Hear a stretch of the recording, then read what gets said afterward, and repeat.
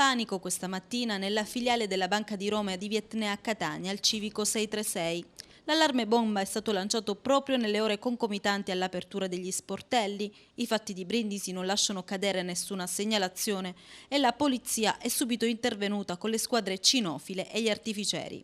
Nel momento del sopralluogo la zona è stata transennata e gli impiegati della filiale hanno atteso fuori in strada l'esito degli accertamenti. I vari poliziotti, da noi avvicinati, hanno manifestato riservo sull'andamento del sopralluogo, ma alle 10:15 l'allarme è rientrato in quanto non è stata trovata nell'immobile la presenza di sostanze esplosive. Insomma, tutto si è risolto al meglio, solo momenti di panico ed ansia, con una folla di curiosi che chiedeva cosa mai fosse successo. L'attentato a Brindisi ancora scuote gli animi e forse ha causato una certa paura tra la popolazione catanese.